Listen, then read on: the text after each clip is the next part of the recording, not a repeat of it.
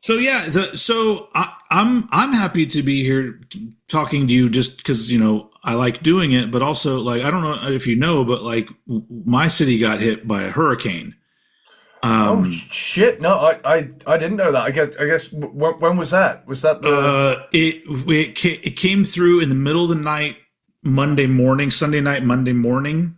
This Oh last shit, dude! and I don't think anyone because the hurricane itself was only considered a Category 1 hurricane, so Still a fucking hurricane, dude. nobody was prepared for the amount that it fucked up this city and still is currently fucking up this city. So we were out. We had no power for 2 days, and it was 94 degrees, which is I don't know what it is over there. Over there, it's very hot. Yeah, yeah.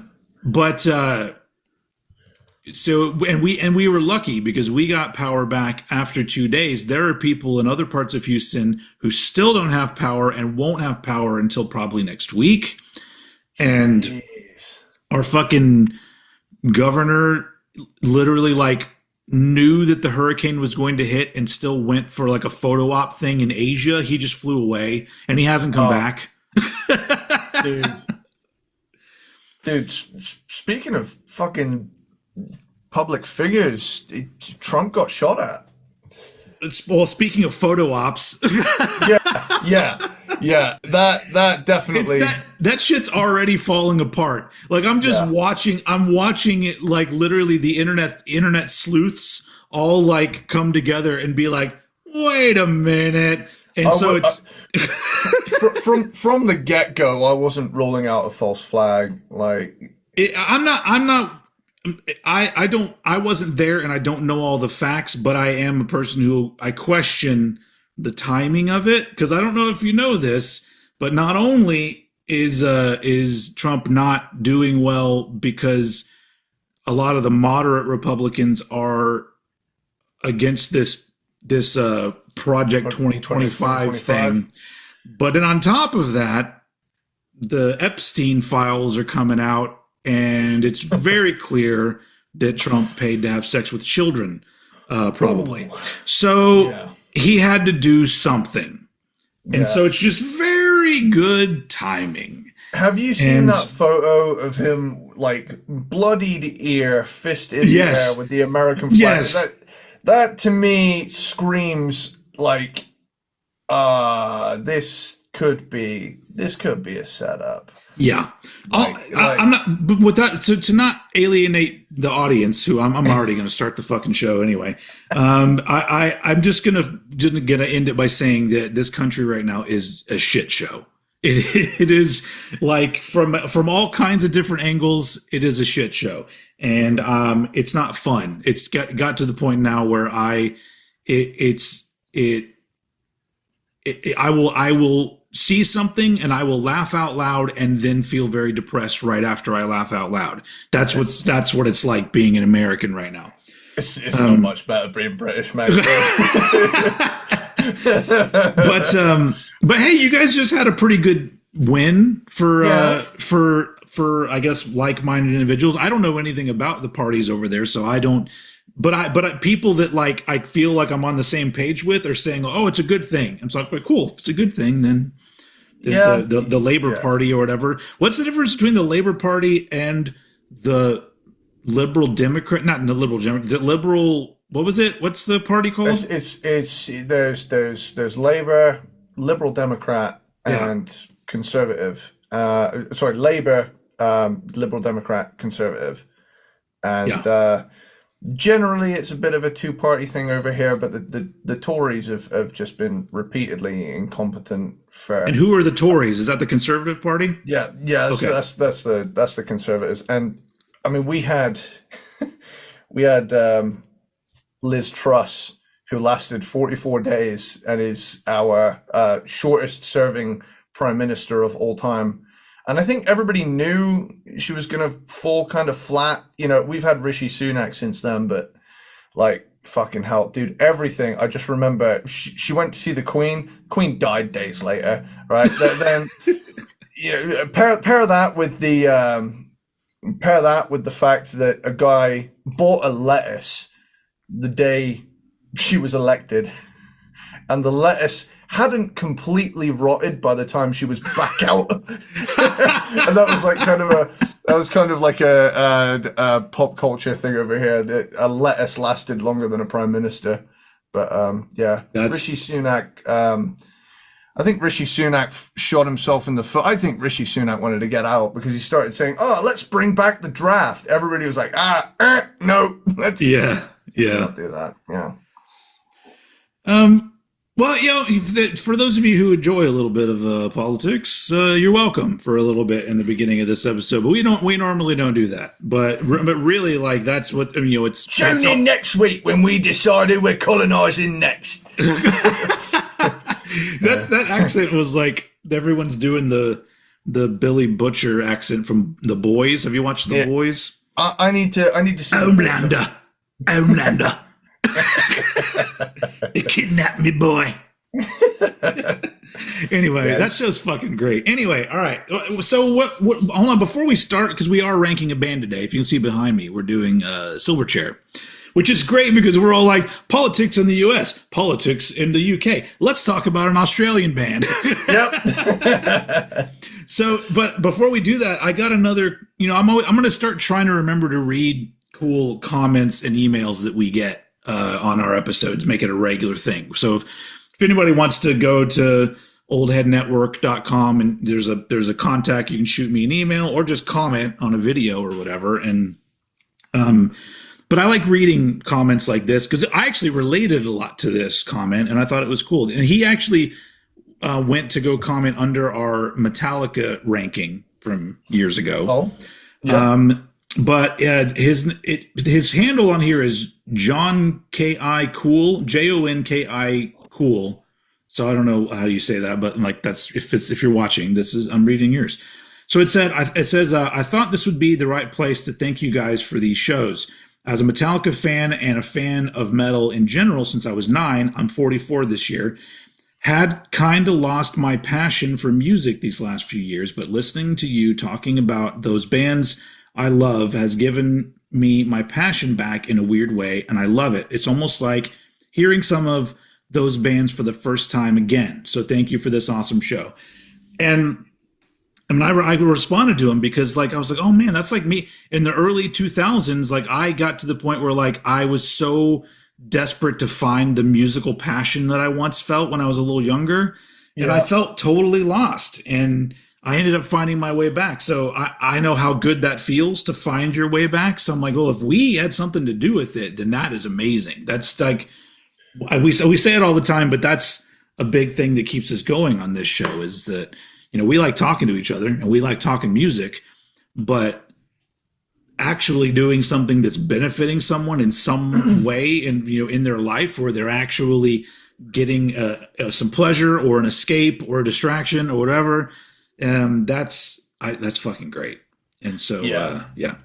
Absolutely. I remember I had a similar conversation with my friend Dan when we first started doing the podcast. He'd done a similar course as me in music and stuff. We both went to the same college, and then we kind of split off. We went to different universities, but we stayed in touch. Sporadically. Anyway, like I say, he kind of fell out of love with music, but when the pandemic hit, and he had nothing else to do but to listen to records, he started listening to us. And, you know, at first it was like, oh, cool, my friend started a podcast. But then he like genuinely really enjoyed the show. And it was like, it was a really cool thing where he stopped me one day and he said, hey man, I know you're probably busy to some extent. And he said, hey, like, just so you know, you guys have brought me back, you know, and it's a great feeling, you know, knowing that not only are we, you know, celebrating, you know, music that's great and we love, and as often, you know, we've talked about a lot of underrated stuff on here too. Yeah. But simply put, of all eras and things like that, if not only we can shine a light on something we love, if other people love that and we can bring them to that, it's an amazing feeling to just be able to, brighten someone's day up, I agree. I agree. And speaking of underrated, at least here in the States, we're talking about Silverchair today. In Australia, they are not underrated. I think some people in Australia are probably sick of hearing about them. Maybe. I just know that they were massive over there. Still are massive over there, even though they're not a band anymore, really. But so that's who we're hitting on, Silverchair, and I guess let's just jump into it. I feel like it's been forever since we did a band, because yeah, well, we haven't long done Aerosmith, but okay, that's what it was. Yeah. So normally, obviously, we start off talking about like how this band came into our lives. I actually have a lot to say because cool stuff as well. Yeah, because I have a very strong connection to this band. Not only because like they are my age, they're all 1 year younger than me, so they're all my age. And their first album came out around the time that I was starting my first bands. And to be fair, I wanted to do music like that first Silverchair album, and I did a little bit in the beginning, but a lot the people that I found to play with, I quickly learned that like that wasn't what they were wanting to do, and that's a different story altogether. But so like a lot of people, I heard Tomorrow when it was on rock radio was it 95 was that album? Frogstomp. Yeah, and I got the album and I really liked it. But the thing I really liked was that I was just like, man, these guys are like, they're young like me, and they have a fucking record contract and put out an album and people are listening to it and it's good and stuff like that. So I was really, I was really fascinated by that. But over in America, that kind of faded away pretty quick. Whereas I don't remember actually seeing a video from Freak Show on MTV at all. Really? But to be fair, though, that was also that one was what, 97 or 90 or whatever. And so I wasn't really watching MTV that much anymore because they had already moved away from music videos to some extent by that point. So I kind of lost touch with what they were doing. I didn't really know. I think I remember seeing the video for Anthem for the Year 2000, like in whenever that Neon Ballroom came out. Mm-hmm. And I was like, oh, okay, they're still kicking it. Great. But then all of a sudden, complete radio silence from Silverchair over here. No, didn't think about them again because I was just like, okay, it didn't even cross my mind. And then years later, 2000, I don't know, 3, 4, 5, I don't know, if it 2005 or 6, I don't remember, whatever year. I can just pull this shit up in front of me because I have it in front of me. 2007. Yeah. So I'm hanging out and I used to watch because there was a music video countdown show on VH1 that would come on Sunday mornings. And I normally wouldn't like any of the music that they played. I just liked the fact that there was still like, oh, there's new music videos and there's actually a countdown show and this is fun, even if I don't really care for most of what they're playing, because most of what they were playing was like, what's that band called? Never mind. They're bands that I don't like.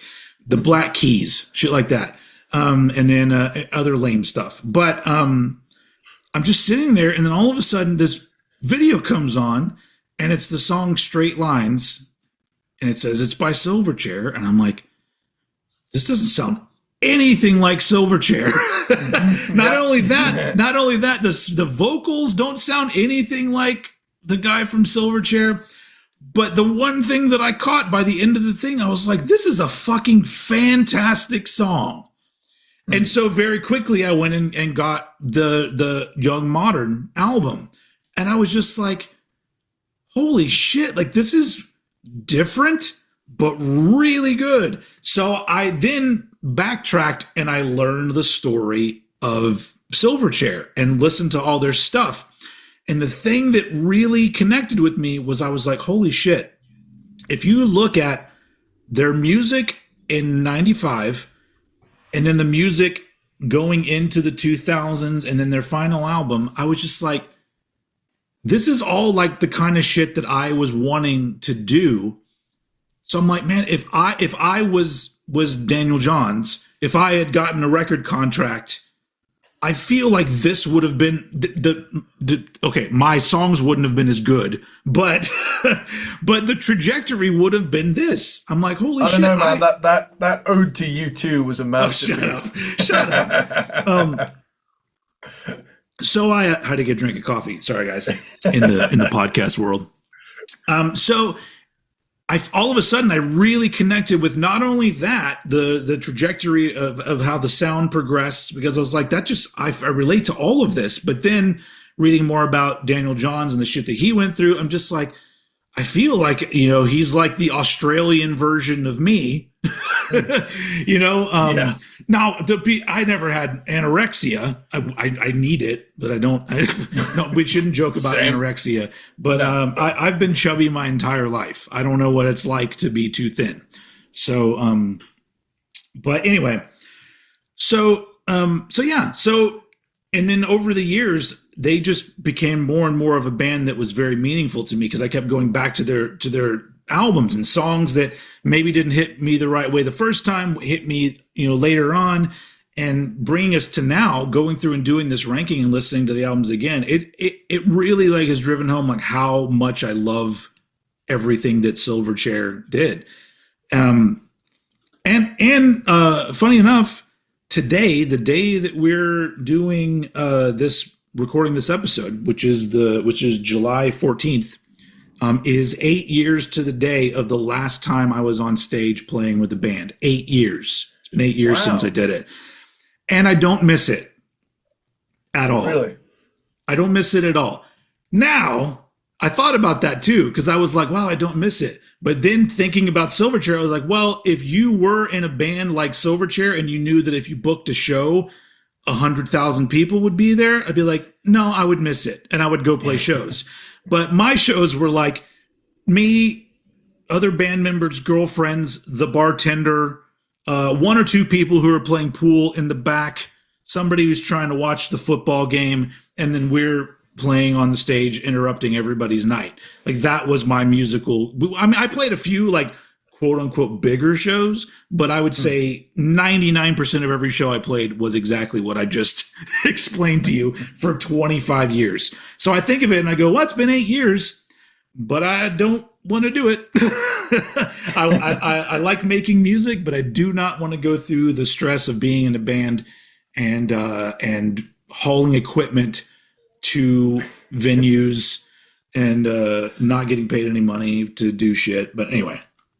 I'm still 100% down for you to send me as many of your demos as you can from those. You know what? I'm going to do that. But here's what I thought would be interesting. Do you think this is not just a question for Eddie Sparxx? It's a question for everybody watching. If you didn't watch the last one, or Tony Martin, Black Sabbath, Slashed and Mashed, I was talking about my, I guess you'd call them early demos and early like quote unquote albums that I would make when I was a kid or teenager. And Eddie was saying like he would want to like redo the songs, updated versions of the songs.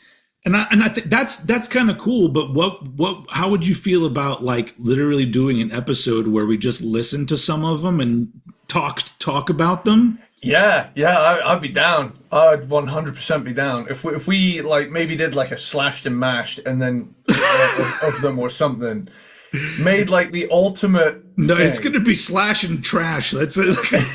Just fucking get rid of them all.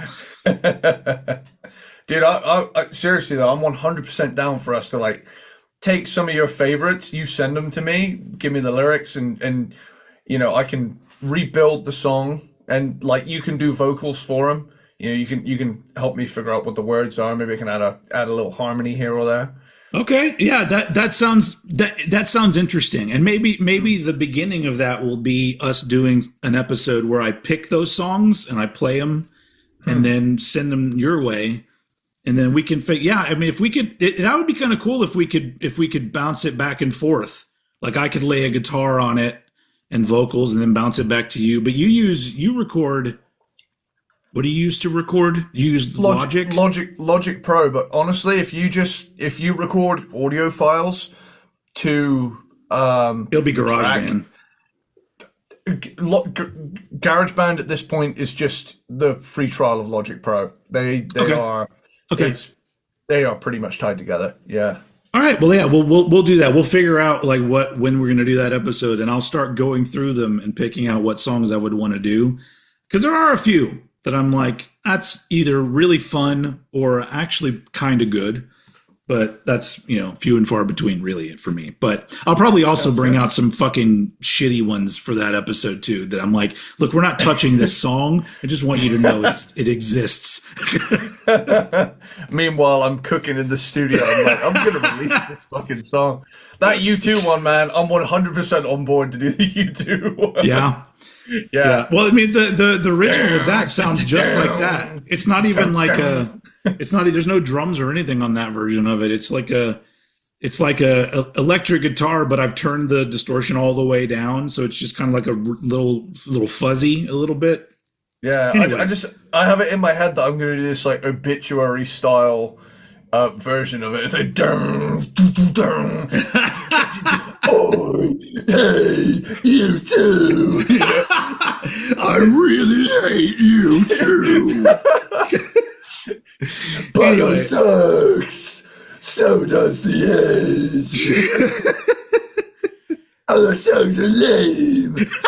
They were dead. It really does. It lends itself because I felt that shit and I still feel it today. That is anyway. All right, so Silverchair. Yeah, we're not going to Ireland. That's where you two are from, right? Ireland. Yeah. We're in Australia. Okay, so for you, Silverchair, where did you catch on with them? I got into Silverchair. And this is probably one of the most interesting stories yet, because in terms of discovering bands, my uncle, who I've mentioned many, many times, has been in several bands over the years. Some that did more recorded things than others, but I'm going to send you over their EP at some point because you would like it, especially the 90s one.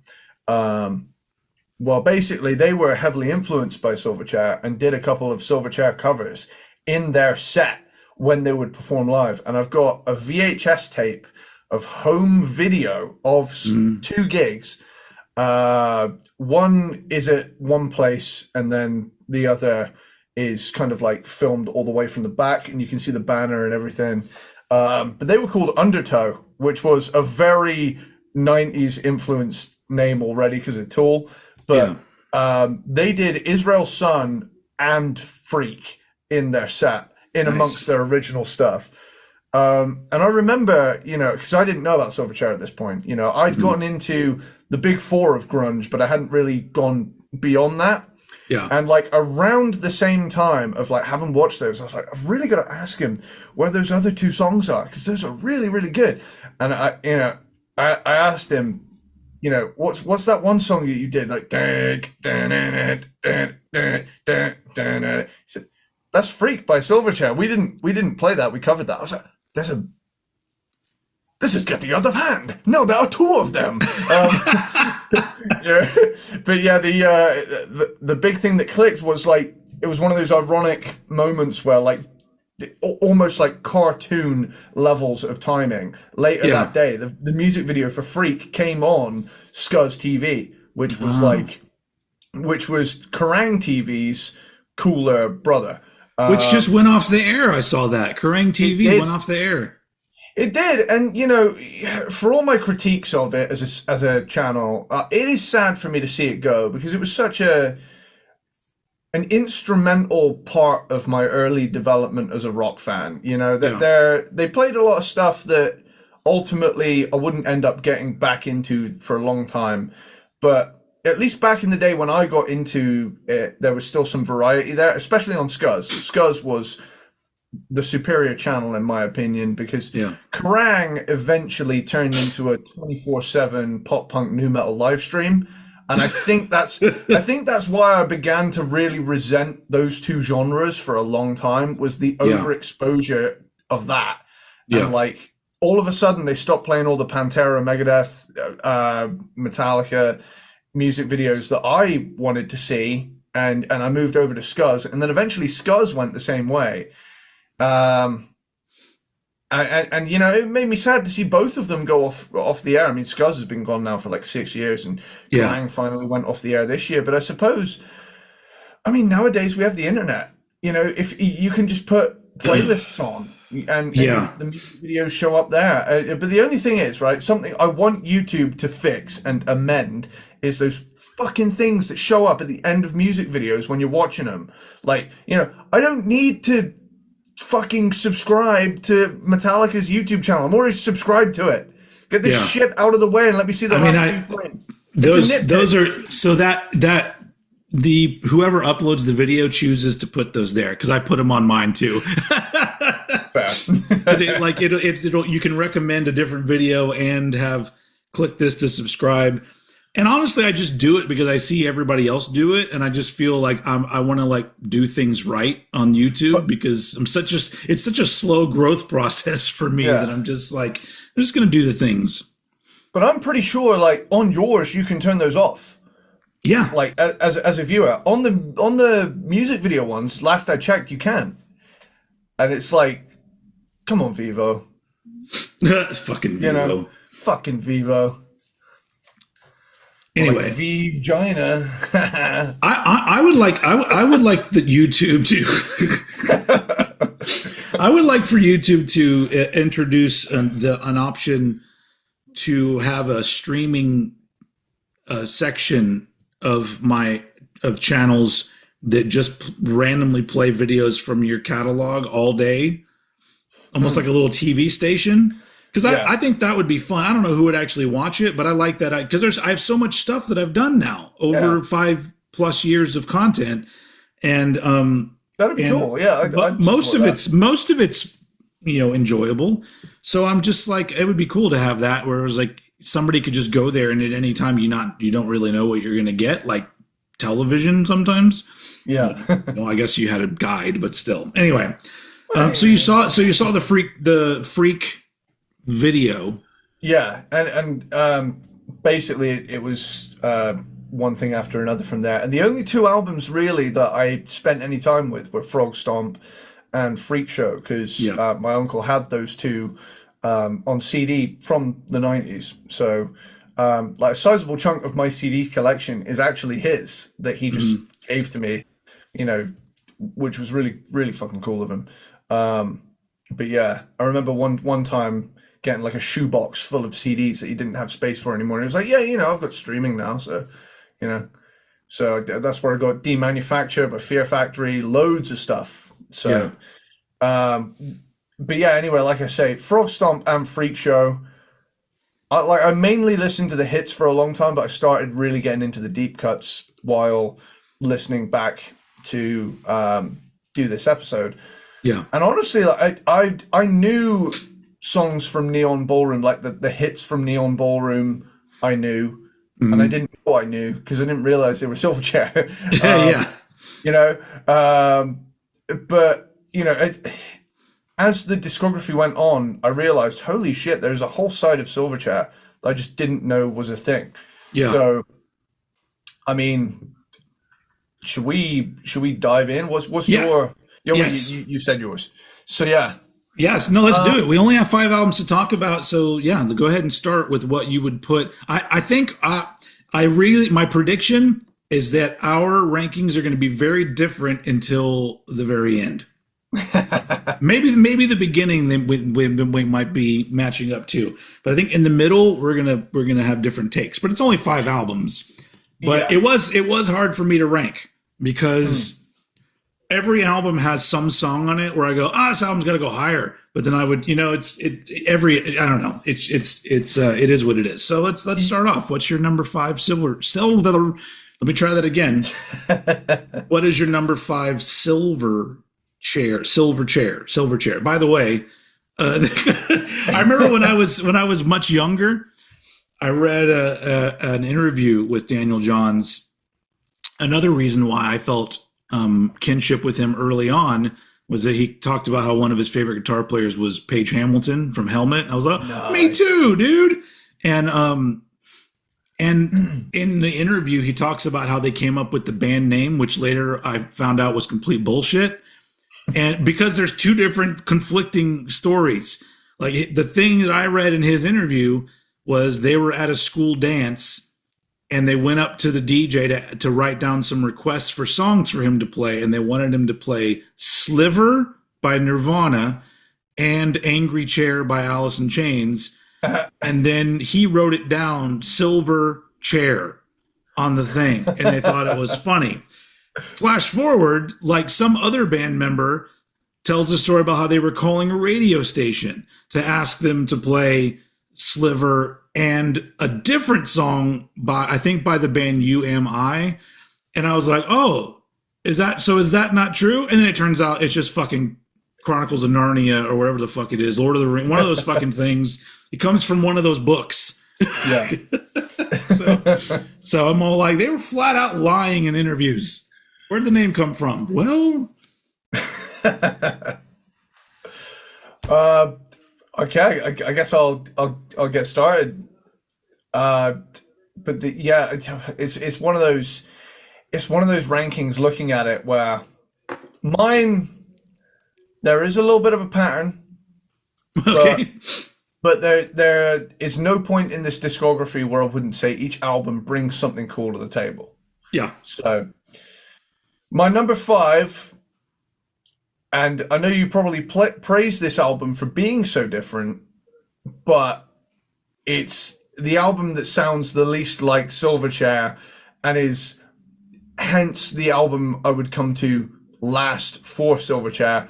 Yeah. My number 5 is Young Modern from 2007. That's actually also my number 5. Oh, okay. Okay, cool. So which says a lot because I think it's a fucking great album. But you go first because we probably are going to agree with a lot of the things we're going to say here. I was just going to say, like, the mid to late 2000s alt rock genre shift is in full swing on this album, and a big thing I have with 2000s alternative rock is that it tends to sound like rock with the things I think of when I think rock removed a little bit. Yeah. And like, I end up thinking to myself that there could be a little more oomph in the guitars there, or did this really have to be disco-y? I like disco. Yeah. In my perspective, it's like music post the Strokes. Mm-hmm. It's like I just remember like there was still like a lot of new metal kicking around and other stuff, and then I remember the Strokes and the Hives and bands like that kind of blew up, and then bands, and then everything got more garagey, and the guitars weren't as distorted. And then of course, because there's a lot of fucking older lame people. There were versions of those bands where everything was kind of turned down a little bit, and and for me,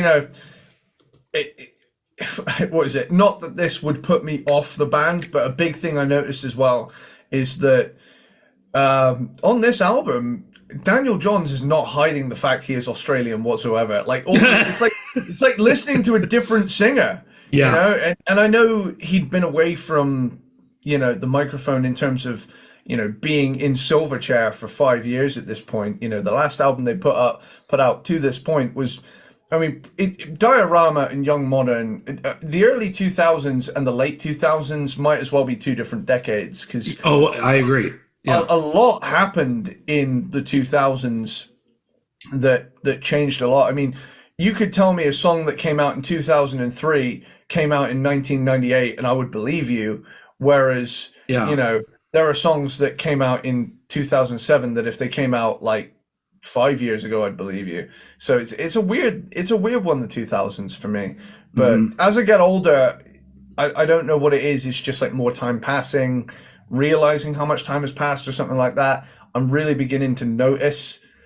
Did you notice in like 1993 how different things were beginning to sound to 1983? I know that sounds ridiculous in retrospect, but like I remember in 2013 thinking, 2003 is not that long ago. Yeah. Like, did you think in 93 there's a bigger jump, I think, from the 80s to the 90s than from the noughties till now, strangely? Yes. So, I mean, I was kind of young. I was, in 83, I was too young to really kind of know. But in the early 90s, the only thing I can tell you is that it felt normal. Like, because the overall idea, like, there were so many places in media that you were being pushed this idea of like, we're constantly moving to a new sound. We're doing new things. Here's the next big thing is this sound. And so when I would listen to like Nirvana and then I would hear like, I don't know, fucking Aha from the 80s. Yeah. I knew that those were very different from each other, but it seemed very normal. Like, well, of course, music is going to evolve and new things are going to happen and different sounding bands are going to come in and out of your life. And I think that's what made me the person that I am. The fact that like, I'm so just like, if the music moves me and has an energy to it, then I don't really fucking care like what it sounds like or what genre it is. Whereas like, yeah, everything got so watered down at some point that, yeah, I don't really know. It's so weird to think that like there is music from the early 2000s that I'm all like, this is really almost 25 years old. Yeah. And I think you're right. I think like, because especially in rock music really went through a thing where it's all become, not all of it, but mainstream rock music has become so like, for lack of a better term, like homogenized, I guess. Where it's literally, it all just comes out sounding like, even if it's a little bit different, it's like you had a vast array of bands and now you have a smaller array of bands. And sure, this one doesn't sound like this one, but there's still a thing where you go, well, there's similarities between all of this shit. Yeah. And that just, it seems like it's never gone away. And that's what gets me, that's what upsets me so much when like, people are all like, oh, you got to check out this new band. Like they're going to blow your mind. And I'm all like, this is literally just more of the same shit. Like, I fucking saw that clip again today of T-Pain where he's like, do some different music. The shit that y'all want to hear. Lil Baby's doing it. Dub Baby's doing it. There's already two guys named Baby doing the shit. Oh, that's great. But that's how I feel about like rock music and metal music, because there is some really great shit that stands out. Four Stroke Baron being the biggest one for me right now, where I'm just like, that fucking band, everybody should be on board with that band because it actually is something different and good. But it's so much shit where like even stuff that I hear and I go, oh, I really like this, I'm still in the back of my head going, but it's still the same old shit. So, anyway. Yeah, I just cycling back around then, cycling back around to Young Modern.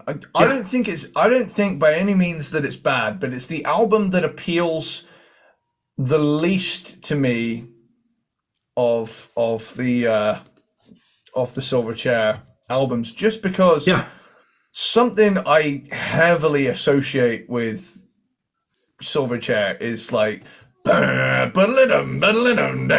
like just those grinding groove metal meets grunge riffs, and even on an album like Diorama that's very sort of experimental in certain ways, there's still some heavy tracks on there. This one, there's literally no heavy tracks at all.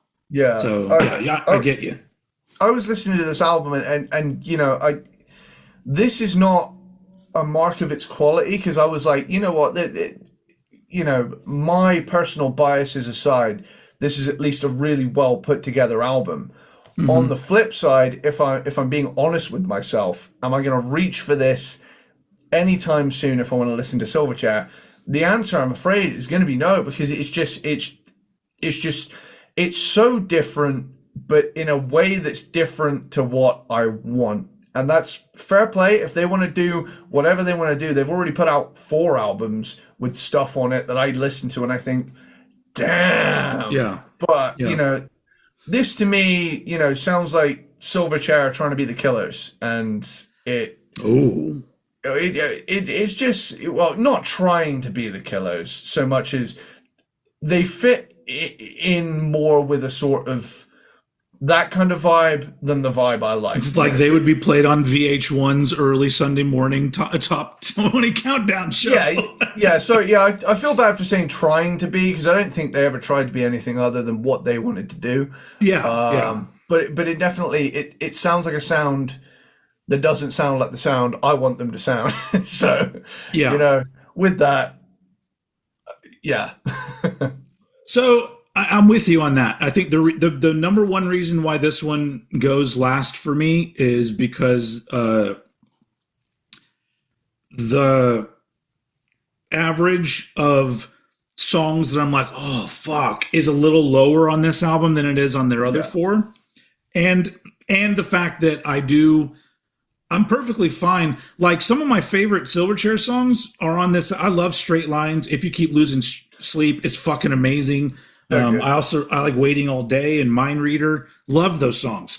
But I would love those songs, and then to have 2 or 3 that at least had a big guitar presence, a big heavy guitar presence, because that's what I like.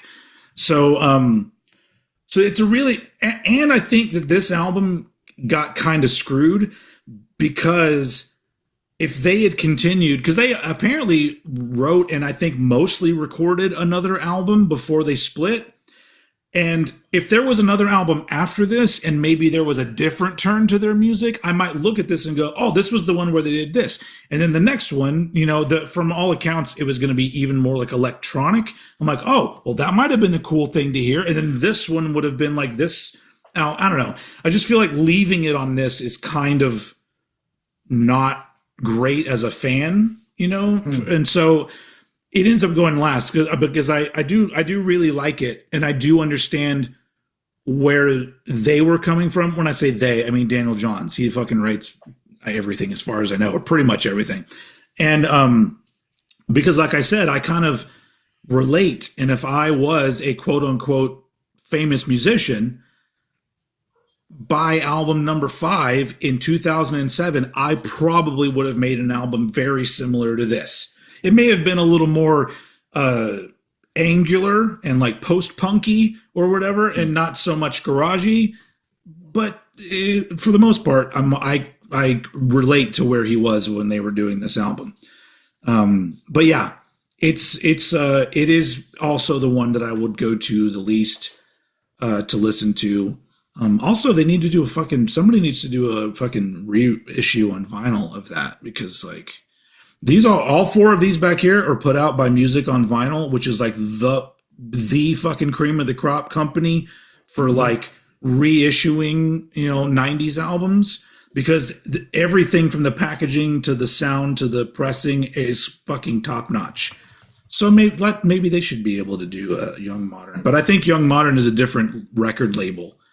So that's why I don't think they have the licensing for it. Anyway, that's just me from a collector standpoint. But yeah, I really do think Straight Lines is an amazing song. Like I still hear it today. I'm just like, man, it's still fucking such a good just pop song that it's just undeniable.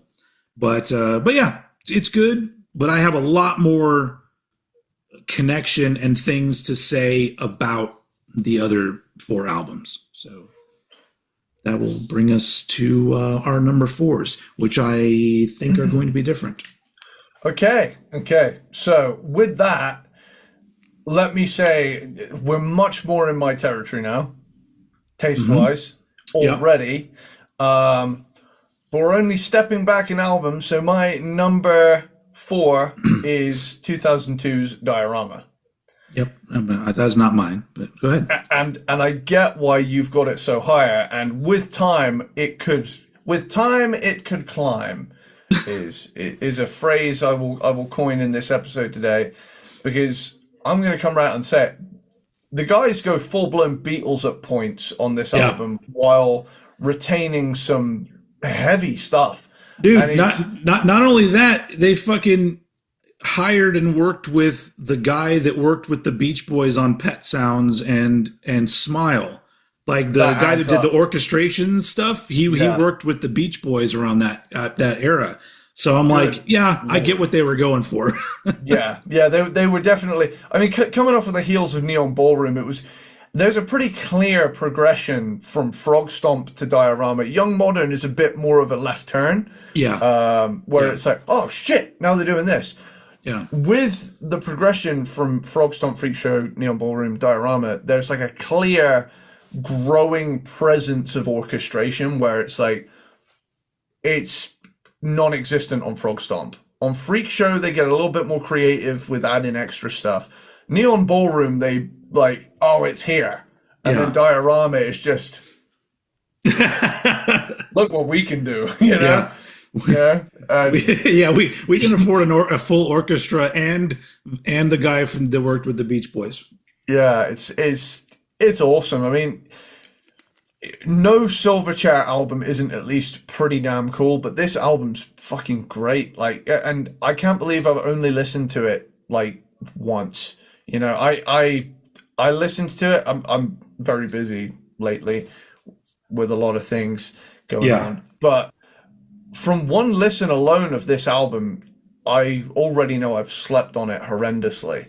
And I mean, and this one is one that has a lot of grower songs. You'll come back to the album, and songs that didn't really connect with you for the first time will connect with you later. Yeah. But I'm also going to go on record and say I think the song "One Way Mule" is one of the heaviest Silverchair songs. Yeah, it's like that it is. Song it's rocks. Very heavy, and so See, that's the cool thing about Diorama is that, like, everything they'd learned to this point, you know, songcraft, you know, there's crazily orchestrated parts, but they've still got that gritty edge to them, and they'll bust out these riffs every now and again. They're like, I think to myself, this could stand in the leagues of like Pantera riffs sometimes, where I think to myself, there's just such a groove and heaviness to some of the stuff. But like, I generally go to Silverchair for their earlier riff focused sound, but mainly because they were just so damn good at it from such a young age. But Diorama, if you think that the time frame between Frog Stomp and Diorama is 7 years, that's not a lot of time in retrospect. Not to mention the fact that their first album, they were all 15. And so they're still in their early 20s. Yeah. I was doing such shit music still at that point. Yeah, to think Daniel Johns is fucking, what is it, 3 or 4 years younger than I am on this album is insane. You got to hand it to him. The major talent. Agreed. But yeah, like I say, Diorama is at this spot because I've not spent. Is at this spot mainly based on how much time I've spent with the other albums. This album, though, has room to maybe move up a spot depending on how I feel over time. But yeah, let's hear your 4. Okay. 4.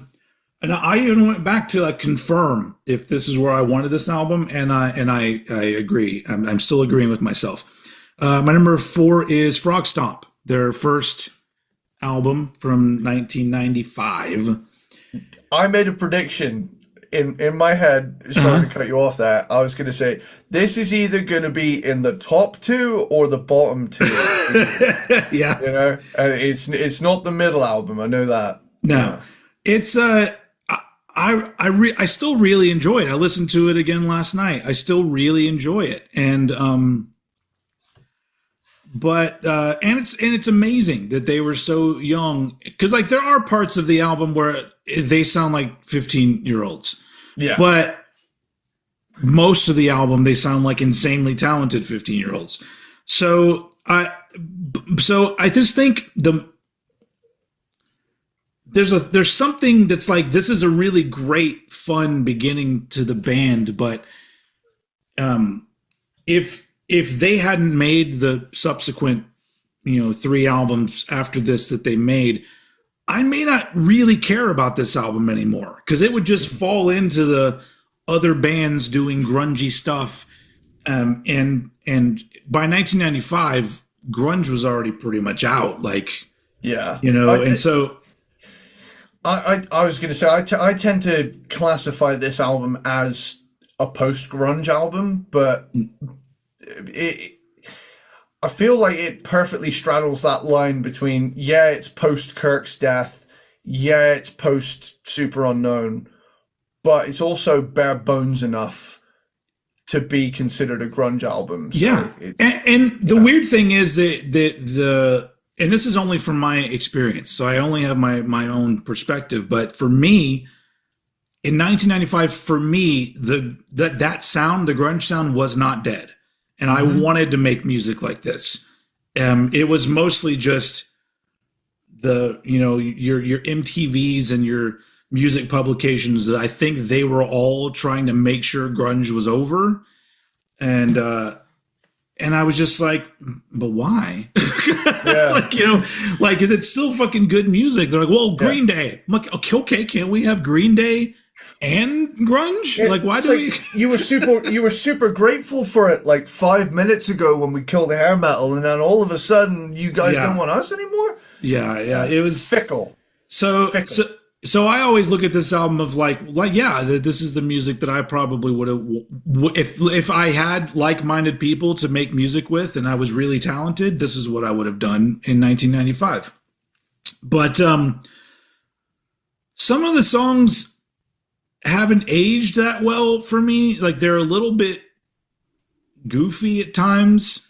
There are a few lines in a couple songs that I do think to myself, this was written by a 15-year-old. Yeah. But on the flip side, the fact that some of these songs were written by a 15-year-old is staggering quality-wise. Yeah. And I love, aside from like, Tomorrow's like kind of like a 90s grunge staple kind of thing, but like Fault Line and Pure Massacre are fucking great songs. Leave Me Out, I love that one as well. Israel's Son, man. Israel's Sons, like that's I did not know. Maybe I'd just forgotten, but I did not know that there was like a story where 2 kids like murdered somebody and then said that they were inspired by the song Israel's Son in their court case, but it ended up getting thrown out. But they were saying that like the lyrics in Israel's Son are what made them want to kill somebody, and I was just like, when are we going to stop this shit? Like, especially like once you get in this day and age, especially like this is years ago, but like these days you can't get away with saying the fucking song lyrics made me want to kill somebody, because I'm all like, what about everything else in media? What about like literally everything? And but anyway, you should see me get a kill streak on Call of Duty, man. It's bloodthirsty. I'm just there like, MP40, it's 1944, But, I put the controller down when I'm done, and that's where I leave it. Yeah. Because I'm a sane human being. But the Frog Stomp is a fun album, and it's like a time capsule. It feels very like of a time, and I've always really liked the artwork because it really sort of stands out from it does, from things that were going on at the time. And so I don't know, I like it a lot, but they would just become so much better as a band, and he would become so much better as a songwriter. And if you're talking about the riffy Silverchair, there's better riffy Silverchair than what's on this album. So Frog Stomp ends up being my number 4. Fair play. Fair play. So I'm going to take a quick leak. And I shall... It's leak time, everybody. It's leak time. Imagine if I came back with like the vegetable leak. We got to do that next time. Hell yeah. Scoodly-doo. All right. We are back in the zone. Everybody. And there are the dogs. The dogs are back as well. Quick little refill. Got a nice chalice of beer. Waits to fear us. Very nice. We're back in the game. All right. And that brings us to our number 3 Silverchair album. Sounds good to me. Okay, so my number 3 Silverchair album is the number 3 Silverchair album, which is Neon Ballroom. All right. And this album, for me, it marks the turning point. It's a very specific turning point where it's like, this is right down the middle where the Silverchair sound forks off in 2 directions. Yeah. You've got riff Silverchair and you've got post-grunge, softer song Silverchair that are like, writing, really well-written ballads. What's the big hit from that? It would be Anna's song on this one. Anna's song. Na na na na na. Da, da, da, da, da, da. I haven't learned the lyrics because I've pretty much only ever heard that song in pubs where I've played and they're doing a rock night and it comes on. But I've always been like, I really like that song. Who's that by? And I never knew about Neon Ballroom. I knew about it. I just never heard it. And simply put, I mean, slept on it because it's really good. I mean, the orchestration on this album, they definitely wanted to make a stance right out of the gate. Oh, we've gone up a tier sophistication-wise. I mean, Emotion Sickness, rivals Queen with the amount of orchestration on it, opening the album up. But then you get Anthem for the Year 2000, followed up by Anna's song, Open Fire. I Miss You Love. I mean, there's loads of great songs on here. Spawn Again is on that. Spawn Again is a fucking banger. Yeah. It's just, it's banger central. Yeah. It's one of those albums that's like, they got a little bit softer at points, but they didn't completely lose the heavy as well. So I kind of like, where... You know how we did the Soundgarden episode? Did we both have Down on the Upside pretty low, even though it tends to get universal acclaim? Yeah, I think I may have even had that one last. I think I had Down on the Upside last as well, but retrospectively, a lot of people have that one quite higher up. But I just, whenever I listen to it, I'm like, I got into Soundgarden for the riffage. Yeah. And I felt that apart from maybe like one song on that album, the reason I really got into Soundgarden wasn't really there. Whereas Silverchair, there's a bit more of a balance there. Yeah. And I'm not saying I don't like Down on the Upside, but no, yeah. Similarly speaking, when we did Soundgarden, it was like, every album's fucking great, and you want, something's got to go on the bottom. But also with Neon Ballroom, it ends with what I think is the sexiest Silverchair song, which is Steam Will Rise. Just listen to that song again. It is sexy, and I listened to it, and I do recall coming away from it going, it's appropriately titled. But that really does, like, it's a proper, like, the kind of album that I like a lot, where it does take you and give you a lot of different vibes, but all really well done. So I will say as well, just to their credit, I'm realizing now they never really succumbed to the 90s CD thing of outstaying your welcome on an album. No, They I mean, kept it under 50 minutes each time, I think. yeah, they're not like super long albums, any of them, but yeah, like what? How long is Freak Show?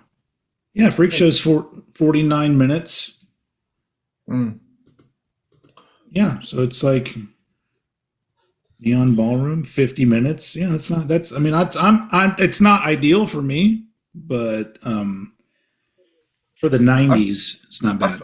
I also think that if you're 3 albums in and can already confidently release a best of, because the best of Volume 1 didn't come long after the third album. I've Yeah, looked it up, and which they had no part in that, by the way. That was a record label thing, but I mean, that being said, though, I mean, if it has this set list, though, think about it: Anthem for the Year 2000, Freak, Anna Song, Emotion Sickness, Israel's Son, Tomorrow, Cemetery, The Door, Miss You Love, Abuse Me, and Pure Massacre. That's one hell of a set.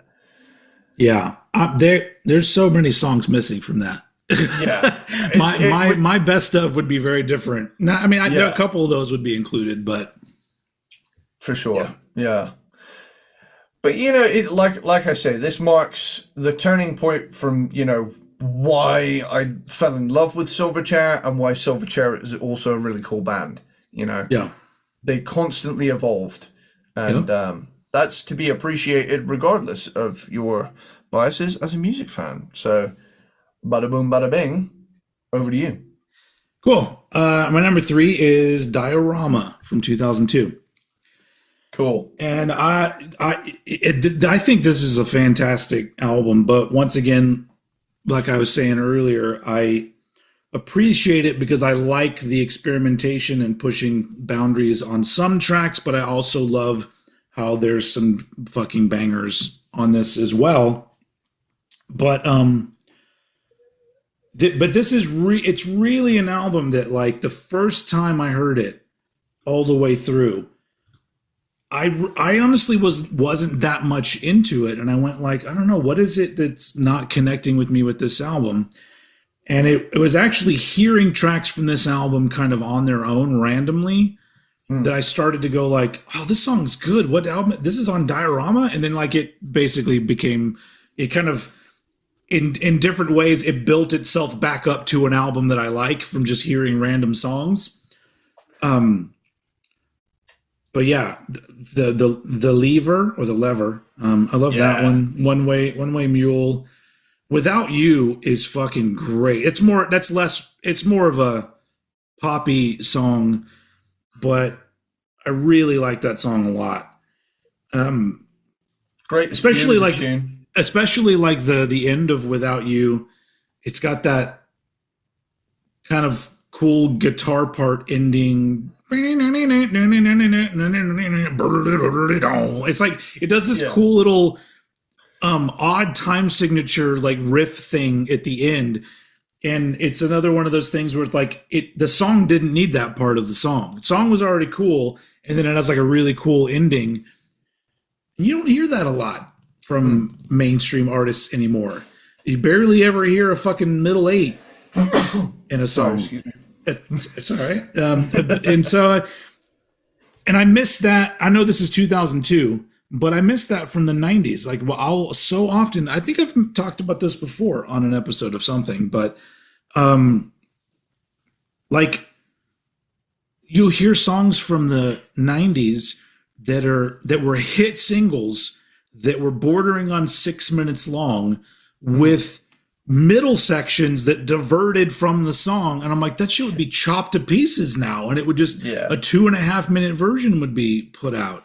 I still get baffled every time, like, in the supermarket that I go to, for some reason they love playing the 90s station in there, and there'll be songs that come on, I'm all like, man, how is this, how was a hit song have this long ass beginning, the lightning crash, oh no mother dies, like that whole song, like that song's fine, But if you listen to the way it builds up, it takes forever to get going. And I'm like, and that was the version that was on MTV and on the radio. There wasn't like an edited version where you just get right into it. And so I'm just like, man, what happened to everybody? because I love that. I love, I don't need songs to all be long, but I like songs that kind of just, there's not a formula. And it feels like the song progressed in the way that it should have from those particular songwriters. And there's not a label head or somebody listening to it going, you need to cut that whole middle section out because it doesn't even fit with the song. But sometimes that's the best part of the fucking song. Yeah. But anyway, but yeah, Diorama is just a lot of really great shit. And to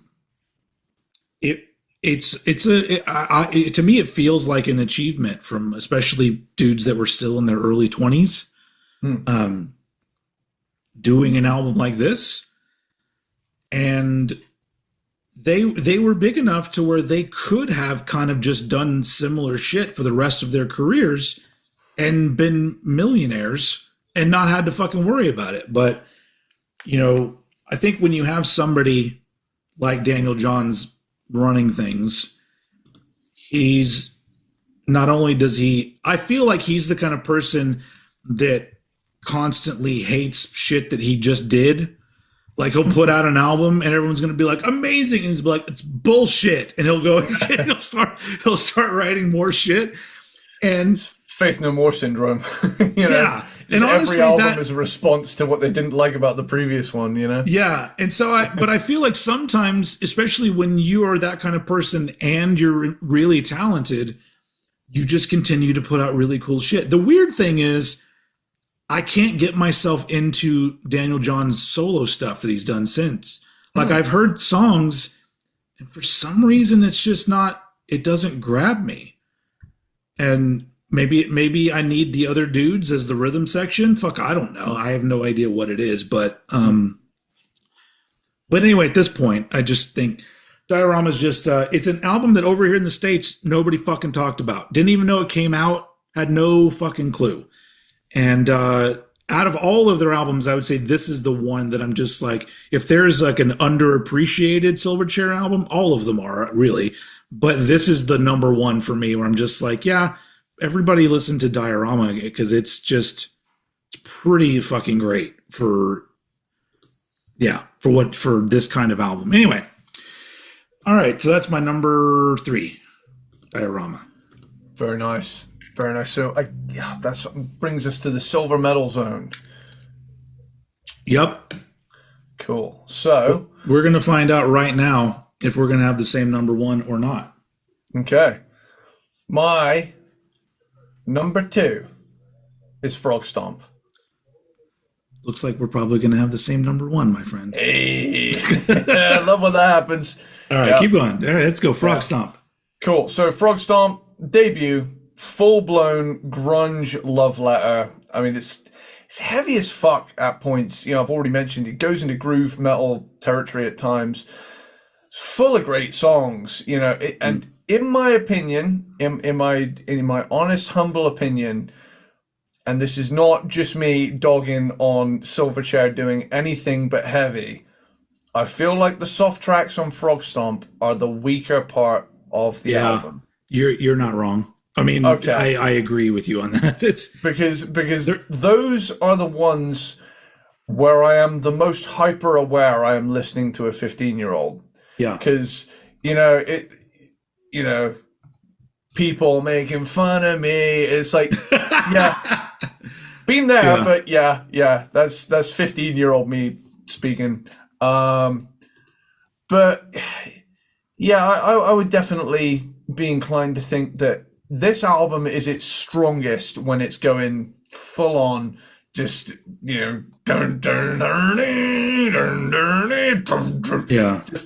when they really lay into those grooves. That's where this album sings, and it's chock full of fucking bangers, dude. Like, where is it? Let's get it up here. almost had it. There it is. Frog Stomp. I mean, Israel Sun, Tomorrow, Fault Line, Pure Massacre. They could have just dropped those 4 songs and it would have still been like a hit album, you know. But I mean, Shade, you know, like I say, you know, Shade is a softer song. It's the stronger of the softer songs. Yeah, Leave Me Out's cool. Suicidal Dream, again. Suicidal Dream is definitely, again, it's a very 15-year-old song. Yeah. But I mean, Madman, Undecided, Cicada, Find a Way. It's just there's so much gold on this album, and to think that they're only like they're children on this album, you know? Yeah. You know, it's you know, in the eyes of the law, they are children. They're writing the songs on Frog Stomp. I'm writing what was the line that I said? Fuck the world around I've been dicked. That's what I've been writing when I was 15. The thing is that line, I think enough time has passed for that line to go unironically hard. Like, you know, I feel like enough time has passed for, you know, that to actually really fucking work in a song, you know? And I'm willing to bet that's the only time that phrase has been said in that order. It's an original Everyone's sentence. like, I've been dicked around. Nobody is anyone else in the history of music ever said around I've been dicked? And maybe I was a trendsetter is what it was. I was pushing boundaries that no one was wanting to push. Oh, actually, quick detour while we're on it. I know this is a big departure stylistically from Silverchair, but have you listened to the new Eminem album yet? A little bit here and there. I did the whole thing. I don't know why I don't really like it that much. I don't know why. I did the whole thing start to finish, and I think it's a really cool concept. Him like constantly battling his old self. Yeah. I think that's really cool. There was a part there's a track on it called Guilty Conscience 2, and genuinely there was a moment in there that gave me the chills a little bit. There's a part where like 2024 Eminem, you know, is battling 1999 Slim Shady, and then they both morph into 2003-4 Marshall Mathers when he had that really bouncy, you know, ass kicker flow going on. And I was sat there in the car, and when it hit that point, I was just mouth agape, kind of like. I think I really need to give it some good time, because I didn't really give it the attention it deserves. But I think it's because, remember when we did the ranking, his last 2 albums prior to this one were high up on my list. I really like that version of Eminem, and I get what he's doing, but incorporating the stuff that I didn't like that much, it turns me off a little bit. But I feel like if I actually gave it its fair shot, I'd probably be impressed by it. Listen to Guilty Conscience too, because I genuinely, when both voices merge into like 03-04 Marshall Mathers voice, it's just like, it really highlights just the battle between like the guy and the character. I had a little moment in the car where it's just like, I did the riff face. Yeah. You know? It's from what you're saying, it sounds like it's an album that deserves at least some attention from me, and not just like randomly listening to parts of songs. So you know, I'll feel like that. For me, there's a few patches where there's some features where you know, I'm kind of like, what's going on here? But for the most part, the parts that I really like are just, you know, 50 something M fighting 25-year-old M, you know? It's just I had a little moment in the car the other day. I just wanted to. I've been hanging on to it. I've been wanting to mention it, but I wanted to wait until we were on the show. I will. I'll listen to it and I'll get back to you. But yeah, cool. So that's pretty much Frog Stomp for me, dude. I really like. Oh, quick thing about my uncle's band before we get off that. So Yeah. Undertow, the band in the late 90s that he, you know, put together into the early 2000s, he put an advert into the newspaper at the time, and the what was it, like, grunge metal band wants to frog stomp the world, and that's like a cool little tie into Silverchair. So yeah, Yeah. that Nice. was the tagline of that little ad. Nice. But yeah, All right, cool. Well, let's I'm going to move through this one so we can get to our joint number one, but my number two is Neon Ballroom from cool. 1999. This to me is like, even though this is not my number one, I would say, like, somebody who doesn't know Silverchair at all, this is where I would send them. Because, like you said, it is like the best balance of what they would end up doing and what they had done before. But just, you know, really great songwriting on this. And once again, them just doing, this is the first one where, like, because obviously, like, we'll get to talking about Freak Show, but this is the first one where, like, the kind of songs they were doing, one would differ greatly from the next one. And Yeah. nothing really seems tied to the 90s here. Like, I don't hear this and go, that's clearly 1999. There's none of that really for me. But yeah, there's so many fucking bangers on this. But like, Spawn again is one of my favorite Silverchair songs, just because it, in the same way that Young Modern doesn't sound like Silverchair, Spawn again also does not sound like Silverchair that much, but just because it's an aggressive, noisy rocker that's like so good. The energy in that song is so fucking great. And then it goes into like these cool, the sort of vibey tracks. Do you feel the same as a real vibey one? And like I said, Steam Will Rise, the way that it ends. Satin Sheets is fucking great. But yeah, and of course there was the single, which was Anna's song. But Over Here, I think it actually did pretty well over here, but I was so like disconnected from like mainstream music in 1999 that I don't really remember hearing it very much. But yeah, so it's just it's a fucking amazing album. I just love the way everything sounds. Once again, I think for all of their first three albums, I love the artwork ideas for the first three. Diorama, as much as I love the album, the album cover is a little bit cheeseball for me. And then Young Modern, I think it looks like they just took a painting that they saw at a modern art museum and put it in the fucking album cover. In fact, I think that might be exactly what it is.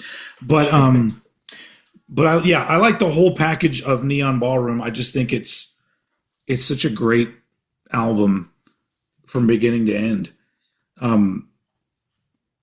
Yeah, I don't know what else to say about that, but like I ended up my number one, our joint number one, we're going to get to, because I'm like you, where like I like the riffing and I like the heaviness, and so I would have been lying if I put Neon Ballroom at number one, because I love it. Yeah, but I love the next one we're going to talk about more.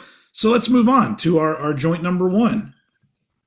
Sounds good. So our joint number one is Freak Show. Mm-hmm. Very nice. I think Freak Show is the perfect marriage of where they started and where they would go. Because to me, what I love from Silverchair is their ability to just do these really groovy, heavy grunge riffs, but add a little bit of extra season into it. And add screaming. Yeah. Because the Frog Stomp doesn't have any screaming. Yeah. It's almost like he went from an Eddie Vedder-ish version of himself to a Kurt Cobain-ish version of himself on this album.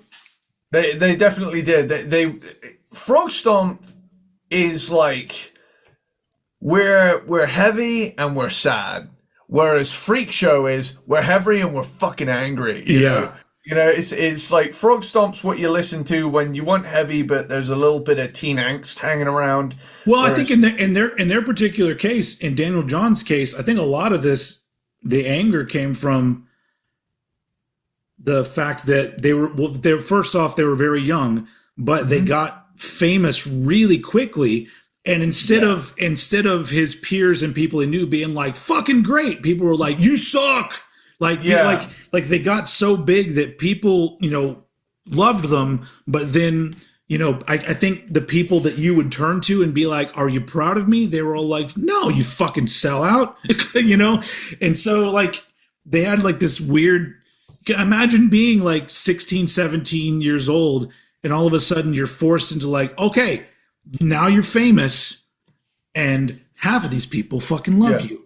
These other people are going to say the worst fucking shit in the world to you. So, that's the thing. You get to a certain level of fame, and if it's as meteoric as Silverchair's overnight, oh, boom, face of this sound, you know, it's, I mean, it's, of course it's going to drive you a little cuckoo if people are being shit to you.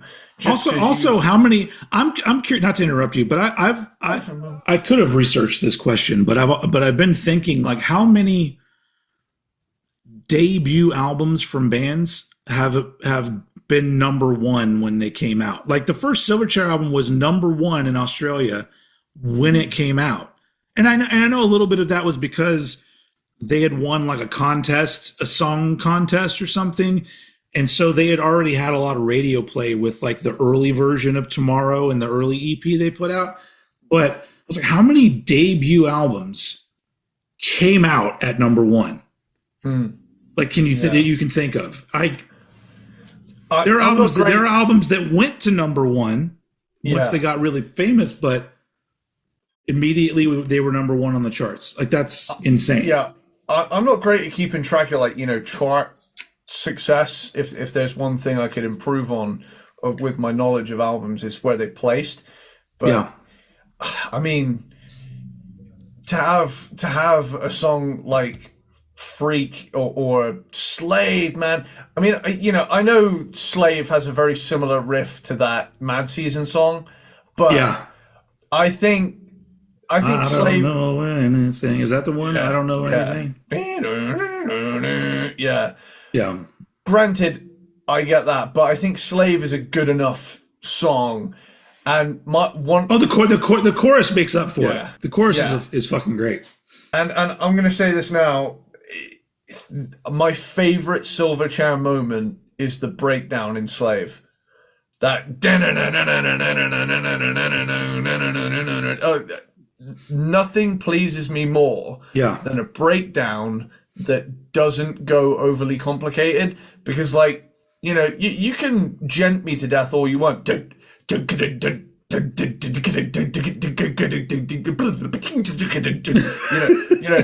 You know, nothing is going to please me more than someone go you know, it's I remember talking to this a guitarist friend of mine from back in college, and I remember him saying I could play that in my sleep, and it's like, yeah, but it fucking, look at how it's moving this crowd in this live footage. And he was like, yeah, you know what, fair play. You know, yeah. Shreds McGee over here had to concede that this 3-chord breakdown, 3-note breakdown was just killer. But I mean, Freak, Abuse Me, Lie to Me, No Association, just like, I came home the other day, just like, do you ever like drive in the car and forget how loud your music is, and you've got the windows slightly cracked, and it's like, I pulled up to my flat and pretty much the entire neighborhood heard me coming from like a mile away. Yeah. But like that's the thing when you get an album like this, it's just you can't help but just crank it, you know, crank. check it out. It's a pretty cool show. Yeah, and this album sounds good, loud. But also the softer songs are way better than the ones on Frog Stomp. Yeah. And then songs like The Door. The Door is kind of a different song for them at this point. But yeah, I mean, it's weird. This is a weird album for me because there are things on it that are a little bit 90s cheeseball, but I also love that. Yeah. So I think the reason why this is like my favorite is because it's got some like the heaviest stuff and just so many great songs, but also just some moments where I listen to it and I'm like, this feels so much like the 90s. Yeah. That it's even down to like just naming a song "Pop Song for Us Rejects." That's the most 90s thing they ever did. But like there are parts on this album where he had to have been very influenced by Nirvana at this point. Just like there are little things here and there where I just go, that song or that vocal part or whatever, it's a little bit. And I think people also are putting that on him, like, oh, you're the next Kurt Cobain or whatever, you know, which, you know, he could have been. He could have embraced, you know, that thing, but I think he would have been annoying if he had done that. But Learn to Hate is so fucking good. That's a heavy ass motherfucker. But yeah, it really is I wouldn't say it's actually their best album. I feel very weird putting this one at number 1 and not Neon Ballroom, but I really love Freak Show so much that it has to go at number 1 for me. It's very 90s. It's very heavy. Some great riffs, but also some very some stuff that dates it for sure. But yeah, and the cover, I love the cover with whoever that kid is that's on the cover. I had a little thing up here. Where is it? Where is it? Shit, I've got the wiki page open because I was just looking at a few things while we were going. Where is it? I had it just now. So this came out in 96 or 97? I have a little thing here actually. Although Freak Show was shelved until February 97 for the general public, European and Australian promotional pressings were officially circulated through the music press in late October, early November 96. The release of Freak Show was originally slated for the autumn of 96. It was later pushed back to avoid competition from Pearl Jam's No Code. So, again, that's another comparison to all the other established grunge bands at that point. Yeah. Which probably, you know, more than likely frustrated them because they were like, oh, we just want to get it out, man. But, yeah. Oh, here it is. Here it is. So, frontman Daniel Johns described the album's title in 97 by comparing the on-the-road life of Silverchair to that of a traveling carnival. The album's front cover image is an illustration of Grady Stiles Jr., a sideshow performer afflicted with ectrodactyly. Hang on. Okay, so he used the stage name Lobster Boy. Oh, was that the guy from fucking American Horror Story? Where he had like kind of the claw hand? Yeah. I don't know. Okay, so he was but it's just his face, so you don't know how freakish he is, which I actually kind of like that. It's like it's called Freak Show, and here's a portrait of a freak show performer, but not highlighting the freak show part of them. It's hidden from view. I like that. I like it. Let's make it the album cover. All right. Very nice. So yeah, our joint number 1. Freak Show. Yeah, but don't sleep if you're not a fan. Don't sleep on any Silverchair album, really. But I mean, it's a really great discography just to sit down and play through. Just Yeah. like and a really good one just to put all the albums in a playlist and hit random. Because Yeah. you're going to get a lot of different things, and it's cool. But there are a lot of bands that like have discographies like that. But I really would like to hear. I don't know what's going on with the band because like I'm not obviously I'm not from Australia, but sometimes I'll see posts like on TikTok or other things from Australian Silverchair fans, and they seem to have more of an insight into the band members and who's the asshole and who's not. And I'm just like, man, it just because it's painted like it's Daniel Johns, but it very much might not be. And but I don't know because I don't really dig into all of that stuff. All I know is if they're not going to get back together, I'd like them to finish up whatever tracks, just whatever's left from the album that they abandoned. Just finish up whatever they can separately. In this, they don't have to be in the studio together. Because I would just like to hear it. I'd like to hear where they went after Young Modern, and so. But yeah, but all I keep thinking is that like Daniel Johns is my age. He's 1 year younger than me, so he's 45. So I feel like he has the possibility of very soon reaching the nostalgic phase of his life where he's going to look back on that stuff and go, it was pretty cool. Let's go play some shows and do some stuff. Because like a lot of like that seems to happen. Like all these things that are like never gonna happen. Like fucking Guns N' Roses or whatever. Like, all of a sudden those three core guys are back together playing shows. And there was so much bullshit between those people and other bands, the same sort of thing where I think you get older and not all the time, but it seems like a lot of times you reach a certain age where you just go, I'm on the second, the downward slope of my life. Why the fuck am I just not acknowledging what I gave to what my life was about, and so I feel like it's a possibility that they could get back together and do something, but it's either going to have to be a whole lot of apologies, or like some bands, they will just not be in the same room ever unless they're on stage, which that's always kind of sad when you think about those bands that do that they don't even talk to each other. They just come out on stage and play and then go back to their own trailers or whatever. But I don't know. I can't really fault them because I don't really like people for the most part.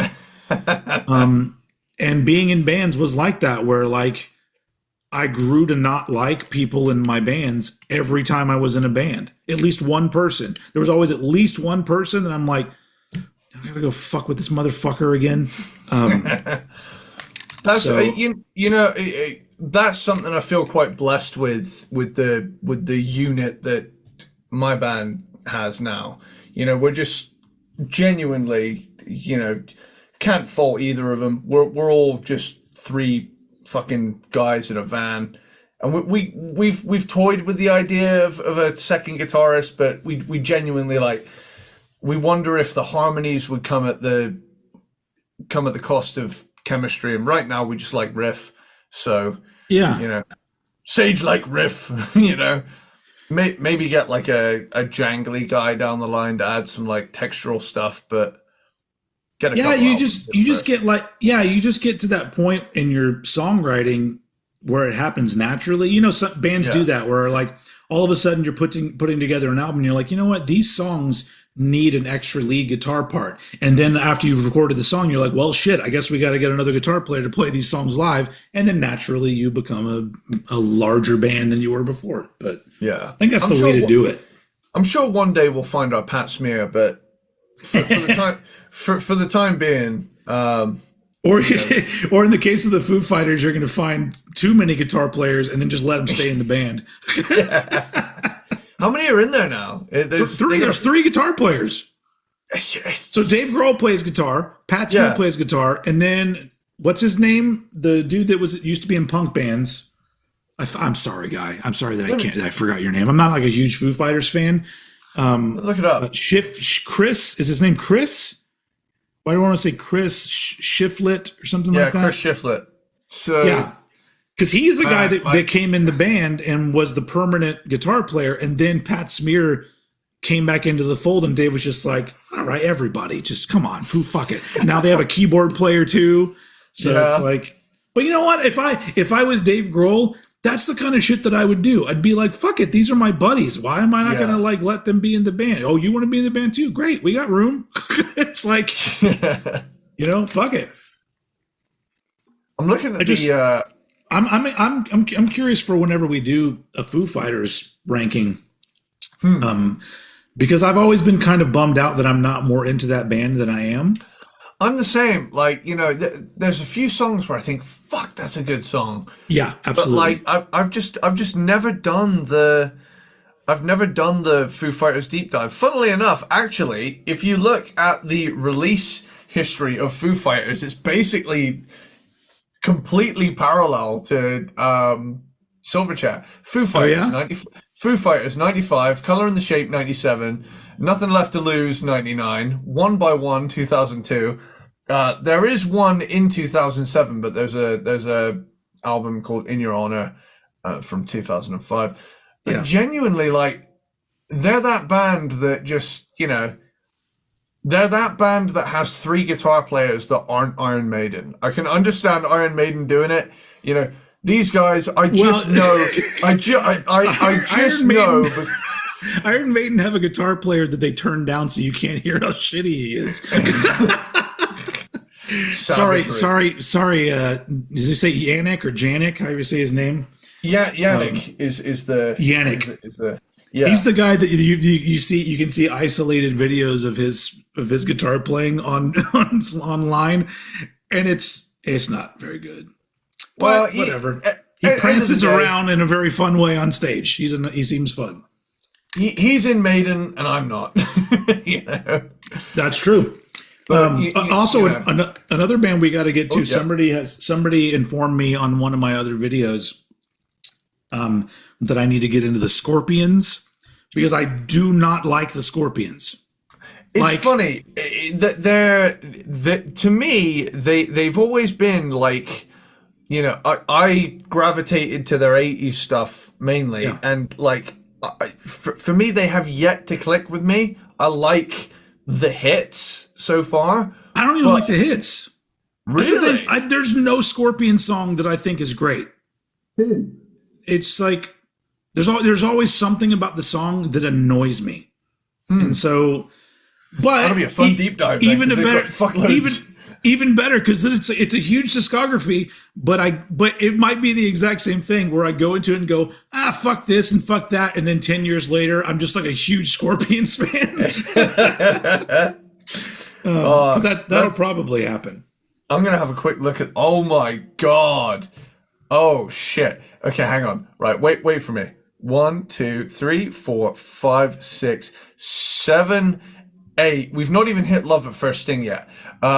9, 10, 11, 12, 13, 14, 15, 16, 17, 18, 19 Scorpions albums. All right. I think that's the same amount of Napalm Death albums too. Hold on. We have. I don't want to forget, but we finished ranking Silverchair. I'm going to do it again, where I'm going to forget to do this. So I apologize, everyone.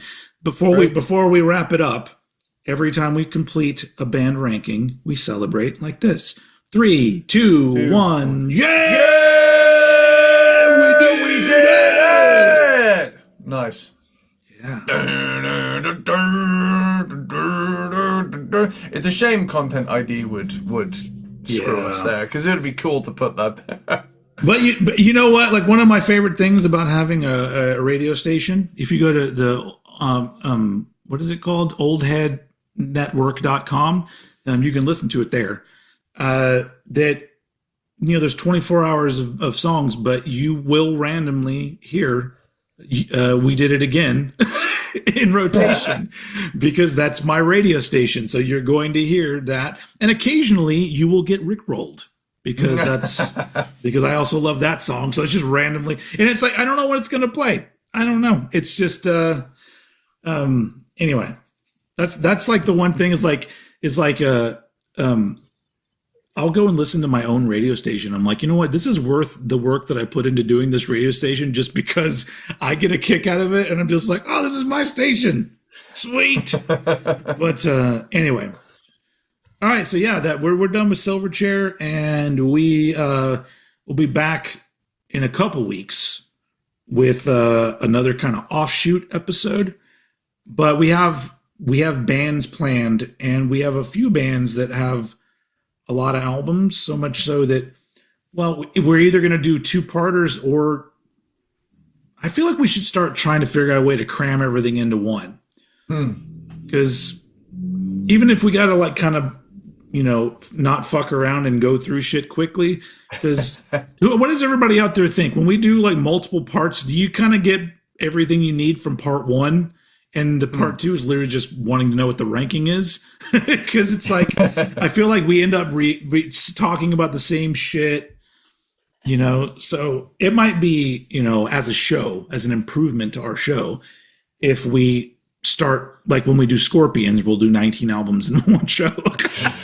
We could try it, dude. Like, I'd need a lot of prep time, but I'd be keen to give it a go. I mean, I can't imagine I'd have a lot more to say about Eye to Eye as I would Unbreakable by Scorpions. Is Unbreakable like a new? When's the last Scorpions album? What year was it? 2022. It's what? Yeah. It's pretty recent. It's the one with Rock Believer on it. Okay. I'm a rock believer. I didn't hear it, but I have a feeling that there might be a band where there's like just like it is with me and Judas Priest, that there are going to be the albums that everyone's like, these are the fucking worst Scorpions albums, and those are going to be the ones I'm like, oh, this is good shit right here. Yeah. Oh man, there's like one image that sticks in my head, and it's on Savage Amusement. Rhythm of Love. The music video for that song is so hilarious. It's, obviously the guy's in Scorpions, and there's women in lingerie in front of the drum kit shaking their asses. Meanwhile, there's like sci-fi shit going on, and it's like I've never seen that video, but now I gotta watch it. I'm gonna send it to you, and I'm gonna hang on. Actually, you know what? I'm gonna send that to you right now. I'm just gonna look at your face. Don't worry. Hang on. Where is it? Okay. We're tying it onto the end of this episode. If we need to do a little bit of fancy editing here, we can. Let me just really quickly. What is it? Rhythm of Love. Here we go. This music video, dude, like I just remember there may or may not be a generous amount of tush in this video. All right. Is this 80s Scorpions? This is 80s, but it's late 80s, so it's like, oh, it is. Yeah. Okay. Oh wow. Yeah. Are you sending it to me? Jeez. Yeah, I'm gonna send it to you right now. You only really need to see like the first. Dude, this is. I forgot how awesome this is. Okay, right. The real question is it as good as "Boys Are Gonna Rock" by Dude, that takes some beating, to be fair, but like. The thing is, though, there's a fucking commercial here. You're comparing like 80s sleaze music video to just complete utter chaos. Oh, so it's like a sci-fi movie. Okay, okay. And then there's a lady and spaceships. I didn't realize that there's this sci-fi element to anything they did.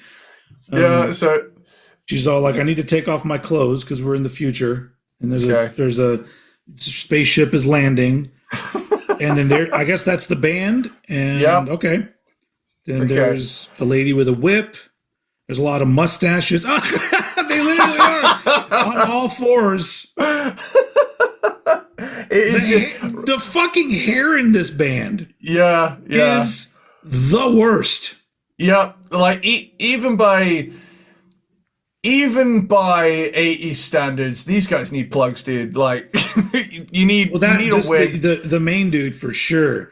But Yeah, I mean, I'm with him because, you know, if I started going bald like that, I'd still rock the long hair. I would just keep it going. Me too, but I definitely get extensions that kind of stay on my head. Yeah, I'm not even hearing the song, but music video wise, I'm like, I could get down with this. This combination of things going on right now. But the music being turned down, all I see is their little faces they're making at the camera. They're like, yeah. It's like they're all in different stages of an erection from their faces.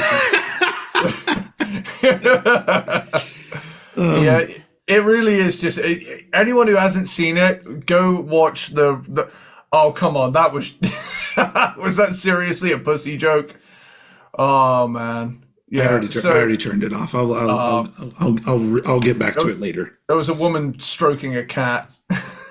So, simply put, yeah. If you want an absolute time capsule of the ridiculousness of the 80s that I absolutely adore, go watch the Rhythm of Love music video by the Scorpions. It's fucking incredible.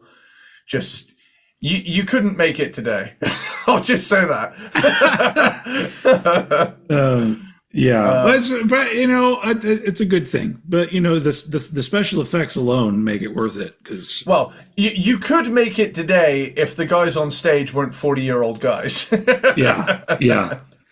But I seeing the special effects in that really makes me like, I want somebody to make a movie with retro special effects all the way through it. Mm-hmm. Like, don't try to make things look fancy in CGI. Like, literally recreate the lowest budget, like where they tried really hard, but the budget was still kind of low. Battle Beyond the Stars or some shit like that from back in the day. You know, I had this specific conversation with my uncle about them making a Terminator film that just is set solely in the war against the machines with the aesthetic of the opening of Terminator 2.